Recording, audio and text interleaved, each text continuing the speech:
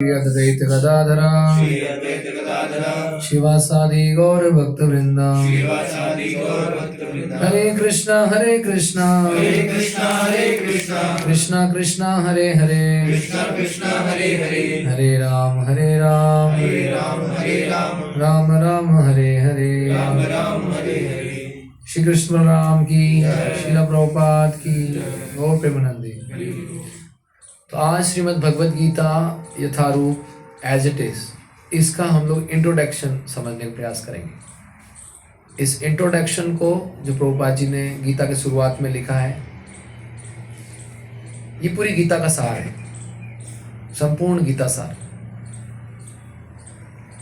इसका एक सबसे पहले गीता सार छपा, उसका एक मैं दृष्टांत भी मैं प्रस्तुत करना चाहूँगा। प्रभुपाद जी की लीला अमृता में आता है, भक्त लोग जब प्रयागराज में जो कुंभ मेला आयोजित हुआ 1971 में, तो प्रभुपाद जी ने कहा कि हम लोग गीता का प्रचार करने के लिए कुंभ मेले में जाएंगे। जैसे अभी इस बार भी कुंभ मेले करोड़ों लोग आए, तो प्रचार होगा गीता का, आइए हम लोग जो है गीता वहाँ पर प्रस्तुत करें।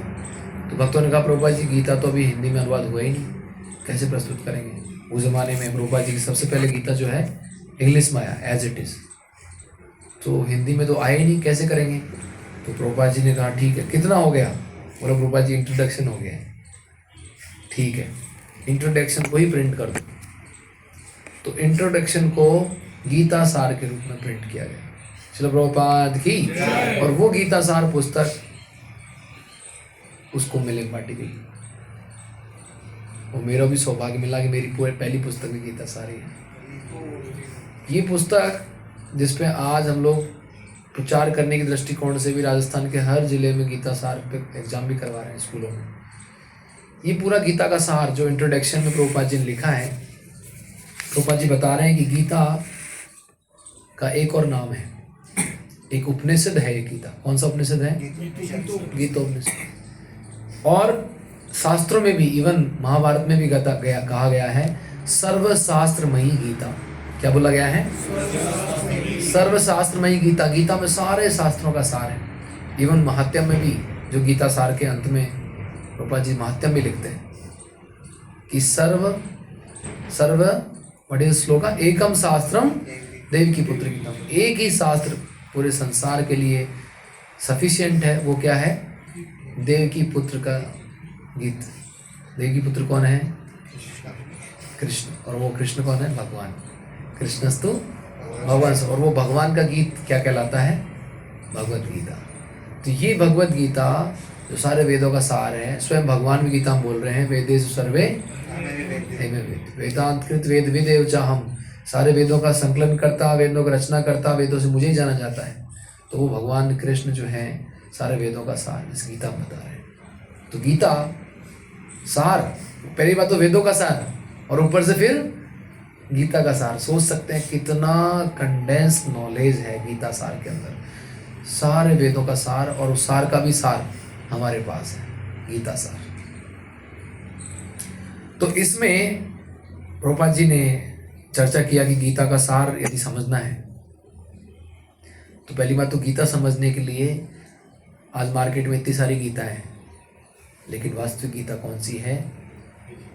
एज इट इज, जो परंपरा में आती है।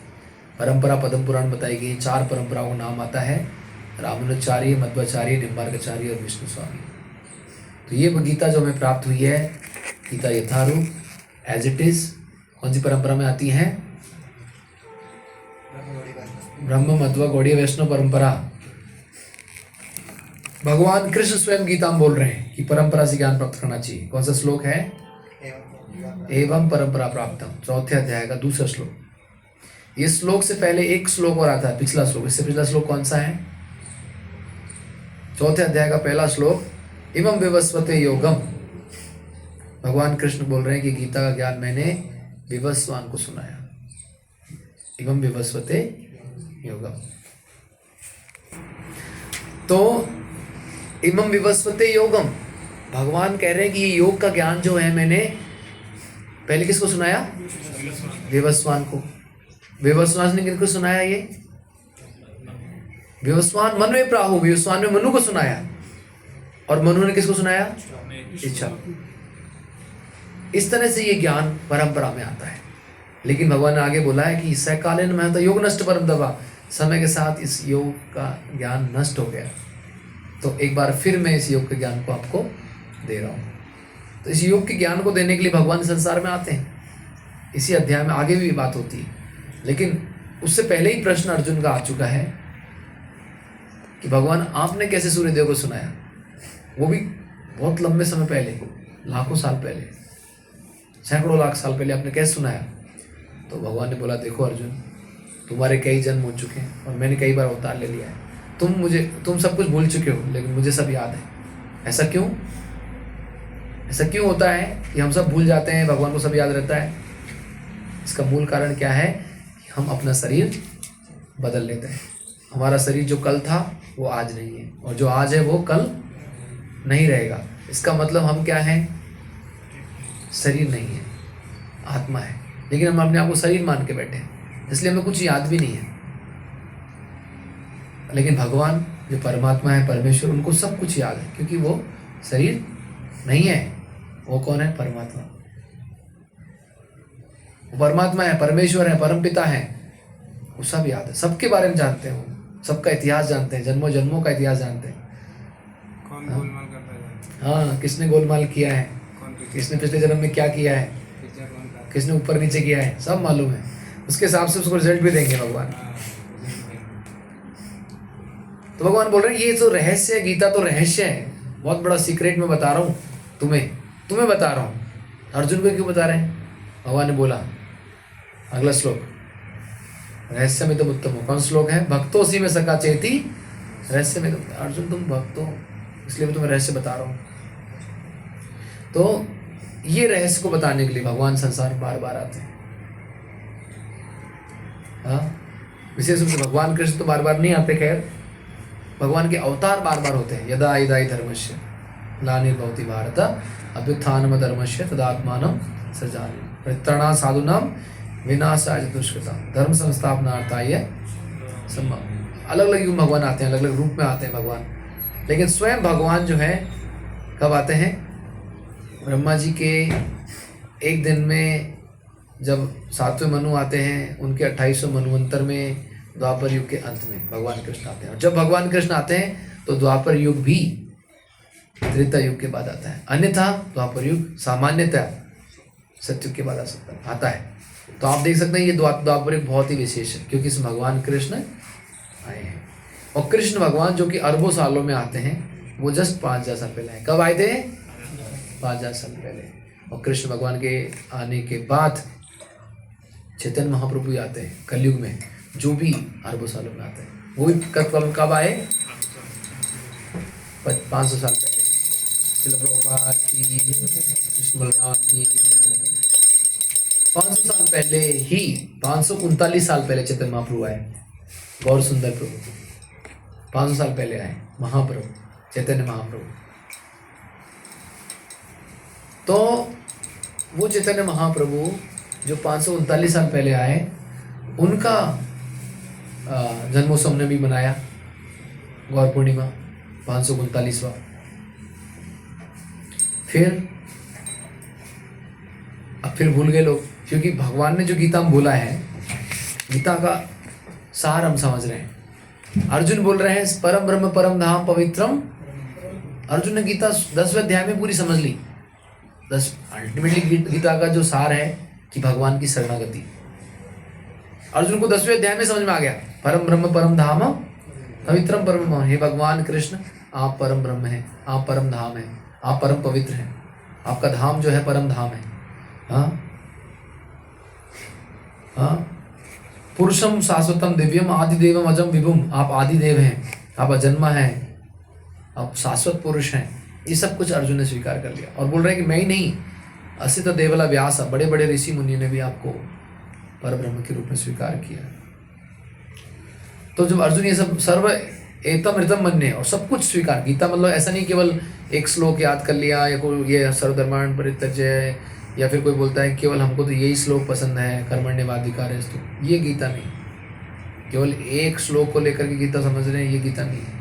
गीता मतलब पूरा संपूर्ण गीता हमको समझना है, संपूर्ण गीता का सार हमें समझना है। और केवल एक श्लोक लेकर के समझ रहे हैं कि यही है गीता का सार है। नहीं, ऐसा नहीं। तो अर्जुन ने तो 10वें अध्याय में संपूर्ण रूप से स्वीकार कर लिया, जो कुछ भी आपने बोला मैं संपूर्ण रूप से स्वीकार करता हूं। लेकिन संसार में लोग स्वीकार नहीं करते। गीता का कोई एक ही श्लोक लेके बोलते हैं कि यही गीता का सार है, ये उचित नहीं है। तो इसलिए चैतन्य महाप्रभु आते हैं कि गीता का सार लोग समझे नहीं, शरणागति समझे नहीं, तो सिखाए शरणागति। चैतन्य महाप्रभु शरणागति सिखाने के लिए संसार में आए, और वो भी सरलता से। केवल इस कलयुग में हरे कृष्ण कृष्ण कृष्ण हरे हरे, हरे राम राम राम हरे हरे, इस महामंत्र का जप और कीर्तन करने से व्यक्ति भगवान का शरणागत हो सकता है। तो इस चीज को सिखाने का उद्देश्य है जो गीता का सार है। वास्तव में भगवान का नाम जप करना, भगवान खुद बोल रहे हैं गीता में, एक श्लोक 2 बार आया है, मन मना भव मद भक्तो मत त्याजी माम नमस्कुरु। हे अर्जुन, मन को मुझ में लगाइए, मेरे भक्त बन जाइए, मेरी पूजा कीजिए। तो ये गीता का सार है, ये गीता का सार है। लेकिन समझ में किसको आएगा? जो भक्त है, अन्यथा गीता समझ में नहीं आएगी। और जब तक भक्त नहीं बनेंगे गीता समझ में आएगी भी नहीं। तो गीता को समझने के लिए हमें भक्त बनना होगा, और भक्त बनने के लिए सबसे पहले महामंत्र का जप करना होगा। तो वैसे तो गीता में 5 विषय हैं। क्या विषय हैं? संपूर्ण गीता 5 विषयों में विभाजित की गई है। सबसे पहले आत्मा।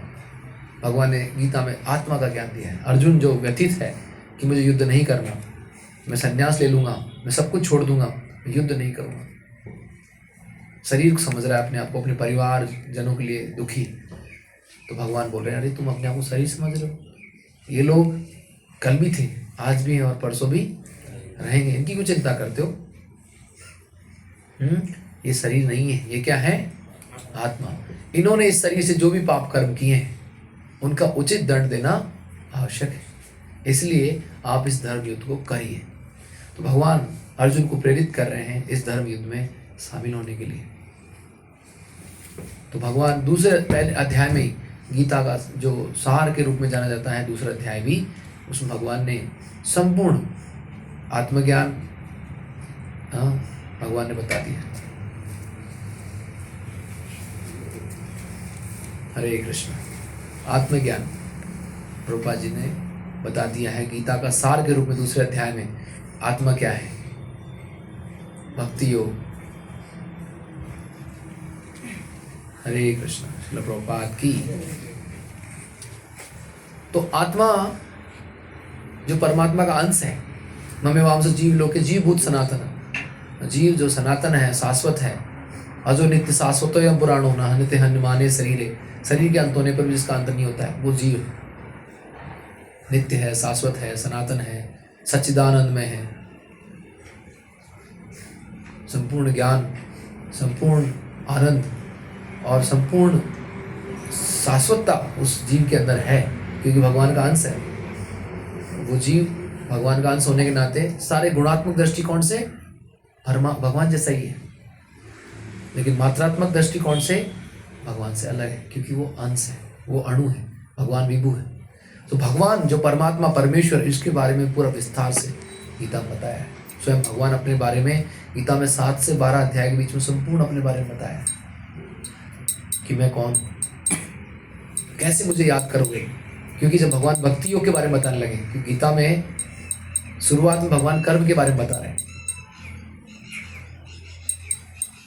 कर्म के बारे में।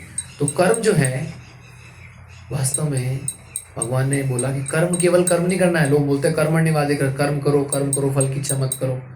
ये गीता ज्ञान नहीं है। कर्म को भगवान के लिए करो, कर्म योग।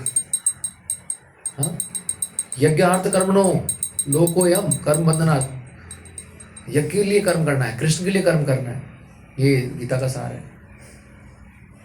और न केवल कर्म से व्यक्ति मुक्त होकर ज्ञान में जाना है, भगवान के बारे में जानकारी प्राप्त करो, भगवान कौन है। तो ज्ञान योग के बारे में बता रहे हैं भगवान 4थे अध्याय में।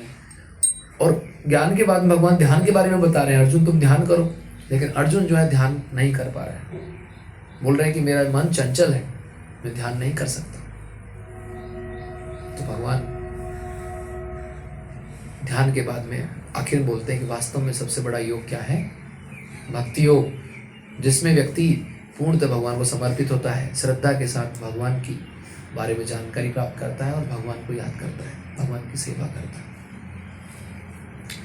तो भक्ति योग अध्याय 7 से 12 तक पूरा भक्ति योग है, जिसपे हम लोग जो है वो भी कर रहे हैं गीता ओलंपियाड में 7 से 12 अध्याय भक्ति योग।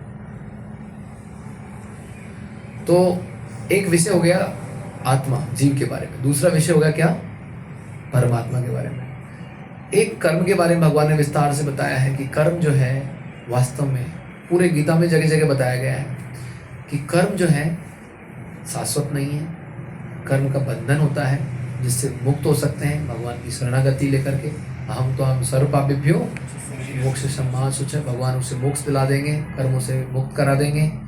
आप पापों से, पाप और पुण्य दोनों से मुक्त होना है, न पाप न पुण्य, दोनों से भगवान मुक्त करा देंगे यदि भगवान की शरणागति हम लोग ले लेंगे।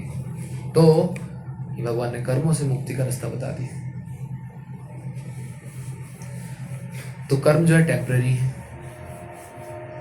अब जो है भगवान ने काल के बारे में बताया अध्याय 11 में, जब भगवान ने विराट रूप बताया अर्जुन को, तो भगवान उससे पहले विभूति योग बता रहे हैं। भगवान अर्जुन को बता रहे हैं कि अर्जुन, इस संसार में जितने भी विभूतियां हैं, जो कुछ भी श्रेष्ठ है वो मेरा ही रूप है। जो कुछ भी श्रेष्ठ है, हाँ, पर्वतों में हिमालय, नदियों में गंगा, दैत्यों में प्रहलाद, पांडवों में अर्जुन, धनुर्धारियों में राम, वो मैं ही हूं। नक्षत्रों में चंद्रमा, मैं ही हूं। तो भगवान अनेकों रूप बताते हैं अपने, जिनको देख करके भगवान को याद किया जा सकता है। ठीक है, ये विभूति भगवान ने बताई है। और गीता को सर्वोपरि ज्ञान बता दिया भगवान ने। वास्तव में अर्जुन, गीता ज्ञान है वो सर्वोपरि है। राज विद्या राज गुह्यम पवित्रम इदम उत्तमम, सबसे पवित्र ज्ञान है, सबसे गुह्य ज्ञान है, सारे ज्ञान का राजा है ये गीता 9वें अध्याय में। तो प्रभुपाद जी ने इन चैप्टर्स को अलग अलग बुक्स में भी समराइज किया है। अगर 6ठे अध्याय को पढ़ना है, योग की पूर्णता पुस्तक पढ़िए। 8वां अध्याय पढ़ना है जन्म मृत्यु से परे पढ़िए। 9वां अध्याय पढ़ना है तो राजविद्या पढ़िए। प्रभुपाद जी ने उसको और स्टोरी के माध्यम से और सार गर्भित किया है पुस्तकों के माध्यम से। आखिर हम लोग आगे चलते हैं तो भगवान जो है अर्जुन को बोल रहे हैं, देखो तुम इतने व्यतीत हो रहे हो। खैर अर्जुन ने ये 10वें अध्याय के बाद 11वें अध्याय के लिए पूछा कि लोग होंगे कि जो लोग अपने आप भगवान मानना चाहेंगे। आजकल जो सो कॉल्ड भगवान आ जाते हैं कि कुछ भी कुछ अजूबा कर दिया तो भगवान बता देते हैं अपने आप को। लेकिन भगवान, अर्जुन चाहते हैं कि भगवान विराट रूप दिखाए, ताकि लोग फ्यूचर में कोई क्लेम करे कि मैं भगवान हूँ तो विराट रूप दिखाइए। यहाँ पर पूरी सृष्टि, पूरा ब्रह्मांड का दर्शन भगवान ने करा दिया अर्जुन को। तो विराट रूप दिखा रहा है और उसमें भगवान बोल रहे हैं, अर्जुन ये जो कुछ भी खड़े हैं यहाँ पर महाभारत में, इसमें कोई भी वापस नहीं जाएगा पांडवों को और मेरे भक्तों को छोड़ के। कालो अस्मि भर्तृषभा, हे अर्जुन मैं काल के रूप में यहाँ प्रकट हुआ। सब कोई काल के प्रभाव में, इस संसार में काल से कोई परे नहीं है। कोई भी वस्तु, व्यक्ति, स्थान काल से परे नहीं है। हर जगह काल का प्रभाव है। मैं हाल ही में जाके आया था धौलपुर, वहाँ पर मुचकुंद की गुफा है, मुचकुंड भी है, हमारे बंसी मोहन प्रभु का जन्म स्थान, कृष्णपाद प्रभु का जन्म स्थान। तो वहाँ पर मुचकुंद जी, जो भगवान कृष्ण की लीला माते, मथुरा से भाग के गया था कालीवन, वो इतना ही भागा था बस धौलपुर तक। वहाँ पर जाके कालीवन जी की गुफा में पहुँच गया। कालीवन जी लेटे हुए थे।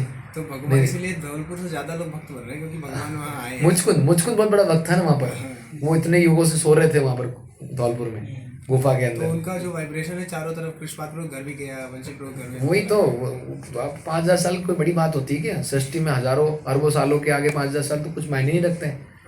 तो अभी तक वाइब्रेशन है। तो वो क्या युगों युगों सोए हुए थे। कौन? महाराज मुचकुंद, वहीं धौलपुर में गुफा के अंदर। अब उसको धौलपुर बोलते हैं। अब मुचकुंद बहुत बड़ा कुंड भी है वहाँ पर, मुचकुंद। तो वास्तव में उस जगह पर महाराज मुचकुंद लेटे हुए हैं। जैसे उन्होंने आंखों से देखा कालीवन तो अंत हो गया। वो जो मलिच था, यवन था, अंत हो गया उसका। तो उन्होंने देखा अरे तो कलयुग आ गया। पेड़ छोटे हो गए, पहाड़ छोटे हो गए, सब कुछ छोटे छोटा सा हो गया है।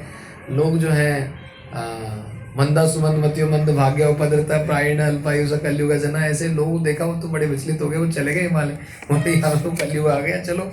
हाँ, वहाँ पे नहीं रुके वो महाराज मुझको, कलयुग को उन्होंने देखा वहाँ पर। कलयुग जो है बहुत भयानक है। इस कलयुग का असर, काल का असर देखिए, कलयुग के प्रभाव से, इस युग के प्रभाव से, इस समय के प्रभाव से कोई बचेगा नहीं। जो जप नहीं करेगा, भगवान का नाम नहीं लेगा, हरे कृष्ण कृष्ण कृष्ण हरे हरे, हरे राम राम राम, बच नहीं सकता है। इस कलयुग में कलह होगी, दिखावा होगा, ढोंग होगा, हर रिश्ते में ढोंग हो रहा है। हम स्टूडेंट बनने का नाटक करते हैं कई बार, हैं, टीचर बनने का नाटक कर रहे हैं लोग, हाँ, प्रीचर बनने का नाटक होता है, कई बार स्पीकर बनने का नाटक हो रहा है, कोई बार हस्बैंड वाइफ, पिता पति पत्नी, जो भी रिश्ते इस दुनिया में, सब में क्या हो रहा है, नाटक हो रहा है। हम लोग करते हुए नहीं पता क्या करते हुए, क्या अधिकार है, कुछ करते खबर ही नहीं है, नाटक हो रहा है। ये कलयुग का प्रभाव है। किसका प्रभाव है? कलयुग, दिखावा, ढोंग। और इस कलयुग में इसके कारण झगड़ा होगा, क्योंकि वो जानते हैं वो वास्तव में सच्चाई नहीं है। लेकिन पहले लोग दूसरे को झगड़ा करने, पहले खुद तो देखो आप कितने सच्चे हैं। बुरा तो देखकर मैं चला, दूसरों को बुराई देखने से पहले खुद में देखिए ना कितनी बुराइयां हैं।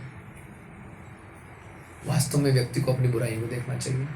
ठीक है, तो ये समय का प्रभाव हमने देखा, इस समय का प्रभाव बहुत ज़्यादा है, और समय भगवान ही है। ये समय स्वयं भगवान है, जिसके प्रभाव में प्रत्येक वस्तु, व्यक्ति, स्थान, परिस्थिति और पात्र समय प्रभाव में। आगे जब भगवान ने बात करी प्रकृति की कि अर्जुन, ये काल, ये कर्म,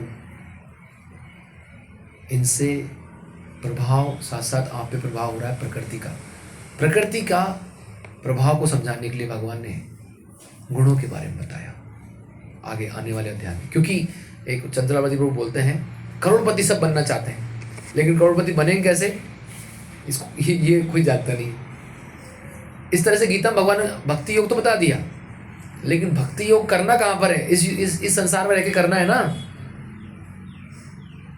तो इस संसार के बारे में तो जानो थोड़ा। तो भगवान ने ज्ञान योग बताया ये संसार कैसा है, कैसे चल रहा है, प्रकृति का वश में कैसे है संसार।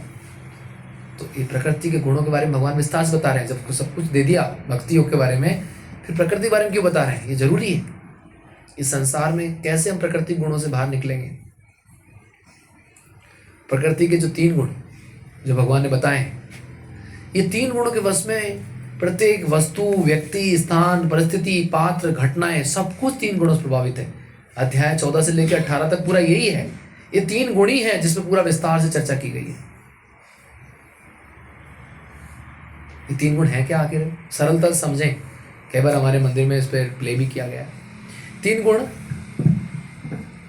अगर हम लोग समझें, तमोगुण सबसे पहले, क्योंकि ज़्यादातर लोग तमोगुण में समझने में आसान है। जोश भी नहीं है, होश भी नहीं,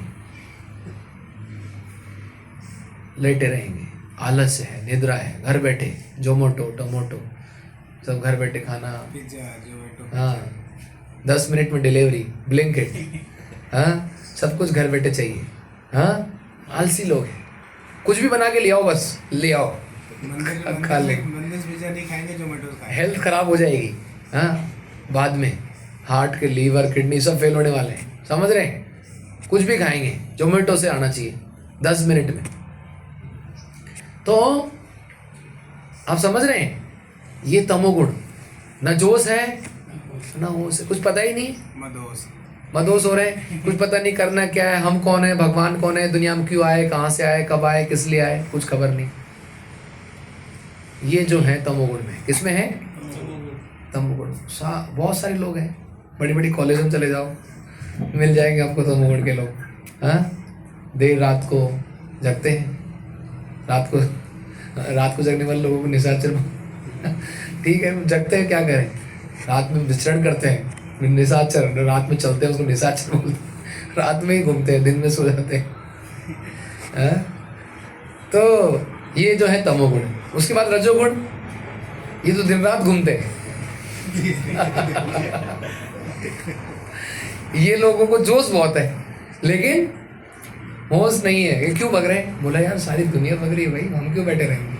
पड़ोसी लोग भग रहे हैं, हमारे हमारे दोस्त लोग भग रहे हैं, हम क्या बैठे बैठे क्या करेंगे? हम ही भगेंगे। ये जो है किसमें है? रजोगुण में। लेकिन वास्तव में वास्तविक लोग जो हैं, जिन्होंने जीवन का सार समझ लिया है, जिन्होंने गीता सार समझ लिया है, वो कौन से गुण में रहना चाहते हैं? सत्वगुण में। जिनको जोश भी है और होश भी, उनको पता है क्या करना है, कब करना है, कितना करना है, कैसे करना है, किस लिए करना है, किसके लिए करना है, सब कुछ मालूम है। वो लोग किस में है? सत्वगुण में है। सत्वगुण एक्चुअली ये तीनों गुण जो है हर समय नहीं होते हैं। सत्वगुण का समय क्या है? सुबह। रजोगुण का दिन। तमोगुण का रात्रि। ऐसे ही स्थान की बात करें तो तमोगुण में कौन सा स्थान है? हाँ, मंदिरालय, पब्स, आजकल का नाम बदल दिया, मंदिरालय है। और रजोगुण में ये बड़ी बड़ी मेट्रो सिटीज। और सत्वगुण में है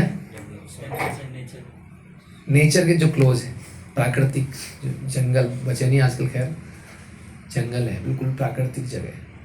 और वास्तव में मंदिर जो है वो तो क्या है? इन तीनों गुणों से परे, अर्थात वैकुंठ। तो भगवान यही बोल रहे हैं, तीन गुणों से परे जाना है तो क्या करना है? माम च व्यभिचारेण भक्ति योगेन सेवते सगुणान समतीर्थेतान ब्रह्म भूयाय कल्पते। ये 14वें अध्याय का अंतिम श्लोक। 15वां अध्याय अपने आप में संपूर्ण है। भगवान ने इसमें सारी बात कर ली। ये 5 विषय को एक साथ बता दिया भगवान ने। अध्याय 15 नाम क्या है? पुरुषोत्तम योग। सब कुछ बता दिया कि संसार उल्टा है, असली संसार ऊपर है, ये परछाई है। परछाई को देख करके असलियत को पहचान सकते हैं। तो ये संसार एक परछाई है। असली संसार कौन सा है? कृष्ण का संसार। वो कौन सा संसार है? गोलोक, वैकुंठ, आदि वैकुंठ। आदि वैकुंठ जो है गोलोक है। गोलोक के केंद्र में, गोलोक जो है वैकुंठ के केंद्र में है, इसको आदि वैकुंठ बोलते हैं। और कृष्ण को आदि नारायण, आदि देव, गोविंदम आदि पुरुषम तमम भजामि। गोविंद जो है आदि पुरुष है, वैकुंठ के केंद्र में रहते हैं। ऐसा नहीं कहेंगे कि गोलोक जो है वैकुंठ नहीं है, नहीं, वो आदि वैकुंठ है, वो केंद्र में है। बाकी सब पूरी उसकी परिधि में, बाहर बाहर, बीच में गोलोक, फिर उसके बाद में वैकुंठ, और वैकुंठ के बाहर महेश धाम, महेश धाम के बाहर जो है ये देवी धाम है, देवी का धाम जिसमें हम लोग रहते हैं, भौतिक जगत। ये उल्टा है, परछाई है। जैसे पानी में देख करके हमको जो एप्पल दिख रहा है पकड़ में आएगा नहीं। इस दुनिया में सब कुछ दिखाई देता है लेकिन पकड़ में आता नहीं। मिराज जैसा है, दिखाई देता है लेकिन पकड़ में नहीं आ रहा है। तो ऐसा संसार है, इससे बाहर निकलना है। कैसे निकलेंगे? निर्माण मोहा जित संग दोष आध्यात्म नित्य विनिवृत्त काम धंधे विमुक्त सुख दुख संगई गच्छन्ते अमूढ़ पदम अप्ययम तत्। भगवान के परम धाम को जाएंगे यदि इन सारी क्वालिटी को डेवलप कर लेंगे। तो परम धाम कैसा है उसके अगले श्लोक बता दिया। न तद भास्यते सूर्यो न सांको न पावक यद गत्वा न निवर्तन्ते। परम धाम ऐसा है, वहाँ कोई लाइट बिजली बल्ब की आवश्यकता नहीं है। भगवान के इन प्रकाश से, भगवान की परम ज्योति से, जैसे प्रभा प्रभवतु जगदंड कोटि, उनकी ज्योति फैली हुई है चारों तरफ। तो ऐसा धाम है, उस धाम में चले जाएंगे। लेकिन जो धाम में नहीं जाएंगे उनका क्या होगा? तो उनके लिए बताया आगे कि वास्तव में ये लोग इस संसार में बार बार शरीर बदलते रहेंगे। तो शरीर कैसे बदलते रहेंगे? जैसे हवा गंध को एक जगह से दूसरे जगह ले जाती है, ऐसे उनका मन एक शरीर से दूसरे शरीर में उसको लेके जाएगा। लेकिन किसी भी शरीर में जाएं उसका पालन कौन करेंगे? परमात्मा। अपने अपने कर्मों से वो अलग अलग शरीर में जा रहे हैं लेकिन पालन कौन कर रहे हैं? परमात्मा। अहम वैश्वानरो भूत्वा प्राणी नाम देहमाश्रिता पचामी अन्न चतुर्विधा। 4 प्रकार के अन्न को मैं ही पचाता हूँ। प्रत्येक प्राणी के पालन भगवान स्वयं कर रहे हैं। फिर अर्जुन को बोल रहे, देखो अर्जुन, मैं सबके हृदय में बैठा हूँ, सर्वस्य चाहम हृदय सन्निविष्ट मत्ता स्मृति ज्ञान अपनुचय। मैं ही जन्मों जन्मों में उसका जो याददाश्त थी उसको भुला देता हूँ, फिर याद दिला देता हूँ तुम्हें भोग करना था करो। भगवान विशेष कृपा होती तब वो योग करने की याद आती थी, योग करना है, भोग नहीं करना है। तो मत्ता स्मृति ज्ञानम अपोनम च वेद सर्वे वेद्य वेदांत कृत वेद वेदचाम। सारे वेदों से मुझे जाना चाहता है, यही गीता वेदों का सार है कि मुझे जानो। सारे वेद पढ़ लिए, कृष्ण की भक्ति नहीं करी, सब व्यर्थ है। मैं आज ही सुन रहा था सुबह, भज गोविंदम भज गोविंदम गोविंदम भज गोविंदम। सारे वेदों का सार बताने वाले शंकराचार्य जी, जो पूरे बहुत प्रसिद्ध है पूरे संसार में, उन्होंने अपनी अंतिम रचनाओं में वाराणसी में एक बार जब जा रहे थे शंकराचार्य जी, तो उन्होंने देखा कि एक व्यक्ति व्याकरण पढ़ रहा है बुढ़ापे में। उन्होंने बोला ये व्याकरण काम नहीं आएगा, अंतिम समय में केवल गोविंद का भजन काम आएगा। तो गोविंद का भजन करने के लिए, लेकिन जो मायावादी जो लोग हैं, निराकारवादी लोग हैं, वो भगवान का भजन नहीं करते। तो उनके लिए भगवान ने अगले 3 श्लोक मायावादी के लिए बोलते हैं इसी अध्याय में। द्वाविमो पुरुष लोग क्षर अक्षर एव च क्षर सर्वाणी भूतानि कूटस्थ विचिदेन्द्रिया। 2 प्रकार की जीवात्मा है, एक बद्ध आत्मा और एक मुक्त आत्मा।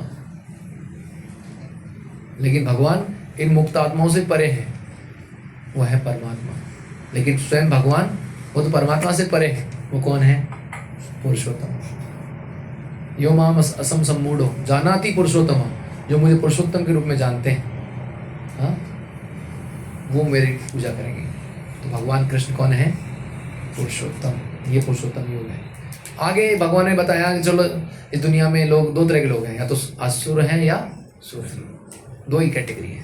विष्णु भक्त भवे देवा आसुर तत् विपर्जय। भगवान के भक्त बनेंगे तो सारे सद्गुण आ जाएंगे। 26 गुणों की लिस्ट बता दी भगवान ने, सद्गुण है। लेकिन जो भक्त नहीं बनेंगे तो सारे असुर। हरो भक्तस्य हो तुम अब तक, सारे अवगुण आ जाएंगे। सारे रावण जैसा प्रकांड पंडित विद्वान, लेकिन आप जानते हैं हर दशहरे में उसका रावण का दहन करते हैं, कोई सद्गुण नहीं है। तो इतने अवगुण आ जाएंगे हमारे अगर भगवान के भक्त नहीं होंगे। तो आगे भगवान ने गीता का सार अंतिम अध्याय में बताया कि वास्तव में हमें इस दुनिया में अपने कर्तव्यों का पालन करते हुए, पहले भगवान ने वर्णाश्रम धर्म बताया कि वर्णाश्रम का पालन करें, लेकिन आखिर भगवान बोल रहे हैं ठीक है पहले वर्णाश्रम करना है कि जो क्षत्रिय ब्राह्मण शूद्र 4 वर्णों के बारे में गुण बताया उनके, और ये हैं। भगवान ने शुरू से बताया कि वास्तव में इस दुनिया में 4 वर्णों से कोई परे नहीं है। चाहे दुनिया किसी भी कोने में हो, ब्राह्मण भी हैं, क्षत्रिय भी हैं, वैश्य भी और शूद्र भी, अपने गुणों के अनुसार, गुण कर्म विभाग के अनुसार।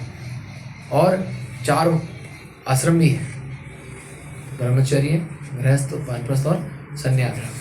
तो 4 आश्रम है, लेकिन इनका लोग जानते नहीं है। इस कलयुग में ये वर्णाश्रम व्यवस्था भी बिगड़ चुकी है, भारत में भी बिगड़ चुकी है।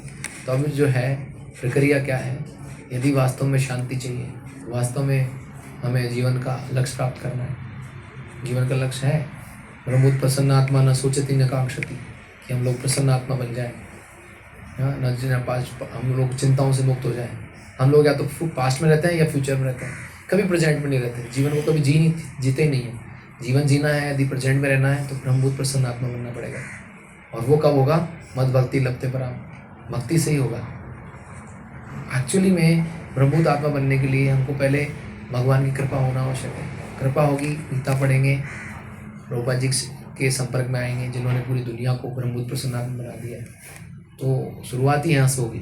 संभव ही नहीं है, जब तक परंपरा का ज्ञान प्राप्त नहीं होगा हम ब्रह्मभूत प्रसन्न आत्मा हो ही नहीं सकते। तो विशेष कृपा है भगवान की कि हम परंपरा से जुड़े हैं, जिससे पूरा संसार में आज दुनिया की हर भाषा में, दुनिया के हर देश में आज इस्कॉन के माध्यम से, हरे कृष्णा मूवमेंट के माध्यम से दुनिया में लोग जो है भगवत भक्ति को प्राप्त कर रहे हैं, जो कि गीता का सार है। मन मना भगवत भक्तो मध्याजी माम नमस्कुरु माम वैश्य सत्यम ते इत जाने प्रिय से। अर्जुन तुम मेरे प्रिय बन जाओगे, और अधिक प्रिय बनना है तो क्या करना है? या इदम परमम गुह्य मद भक्ति सुविदासति, जो गीता का जो सार है, जो परम गुह्य ज्ञान है, ये मेरे भक्तों को इसको बताएगा। भगवान ने क्या बोला आगे कि उससे प्रिय न कभी हुआ है न कभी होगा। भगवान के सबसे प्रिय यदि बच जाएंगे हम लोग, यदि इस भगवान के इस गुह्य ज्ञान को लोगों को प्रचार करेंगे। तो गीता का एक सार, एक तो ये दृष्टिकोण से, गीता के 3 श्लोक और बोलूंगा मैं, फिर समापन करूंगा। गीता के सार के रूप में एक श्लोक आता है, प्रभुपाद जी बोलते हैं उसको 11वें अध्याय का अंतिम श्लोक, 55वां श्लोक। क्या श्लोक है? मत कर्मकृत मत परमो मद भक्तेषु संग वर्जिता निर्वैर्य सर्वभूतेषु ये में मामति पांडव। हे अर्जुन, मत कर्मकृत, जो व्यक्ति मेरे लिए कर्म करता है, कृष्ण कर्म, कृष्ण के लिए करने के लिए कर्म बहुत कुछ है, कृष्ण के लिए करने के लिए आप करिए कृष्ण के लिए। मत कर्मकृत मत परम, हम बहुत लोगों को अपने आप से ऊपर मानते हैं, लेकिन भगवान को सर्वोपरि मानता है व्यक्ति। मत परम और मत भक्ति सुसंग वर्जिता, जो भगवान के भक्तों की संगति में रहना चाहता है और रहता है, चाहता है तो भक्त भी है, मिली। मत भक्ति सुसंग वर्जिता और निर्वैर्य सर्वभूतेषु, उसका किसी से कोई वैर नहीं है। यह मामेति पांडवा, वही भगवान को प्राप्त कर सकता है। तो ये गीता का सार एक श्लोक ये भी है। बाकी गीता का शुरुआत हुआ है एक प्रश्न से, जो किसने पूछा? धृतराष्ट्र ने। धृतराष्ट्र वाचा, एक ही श्लोक पूछा बस धृतराष्ट्र ने शुरुआत में। धर्म क्षेत्रे कुरुक्षेत्रे समवेतायुत्सवा मामका पांडवश्चैव किम अकरवत् संजय। हे संजय, मेरे और पांडु पुत्र अर्थात कौरव और पांडव दोनों इकट्ठे हुए थे। कहाँ पर? कुरुक्षेत्र में, धर्म क्षेत्र में, कुरुक्षेत्र में, युद्ध की इच्छा से। क्या हुआ? युद्ध का कोई फैसला हुआ? कुछ हार जीत हुई? कौन जीता कौन हारा? तो संजय ने अंतिम श्लोक बोला है, यत्र योगेश्वरा कृष्ण यत्र पार्थ धनुर्धरा तत्र श्री विजय भूति ध्रुवा नीतिर मतिर्मम। हे धृतराज जी, जहाँ पर कृष्ण है और जहाँ पर अर्जुन जैसा धनुर्धर है, जो भगवान का परम भक्त है, वहाँ पर ही विजय निश्चित है, वहीं पर नीति है, वहाँ पे ही क्या क्या चीज़ बोली है? हाँ, श्री, वहाँ पर लक्ष्मी सौभाग्य देवी है, विजय है। श्री कृष्ण बलराम की, वनिताएं की, श्रील प्रभुपाद की, गौर प्रेमानंद की, भगवद गीता की। तो ये गीता का सार है। वहाँ पर सब कुछ है जहाँ गीता है। और गीता अर्थात भगवान कृष्ण, कृष्ण की भक्ति, इसको हम लोग पालन करते हैं तो इस तरह से गीता सार पूरा होता है। हरे कृष्ण।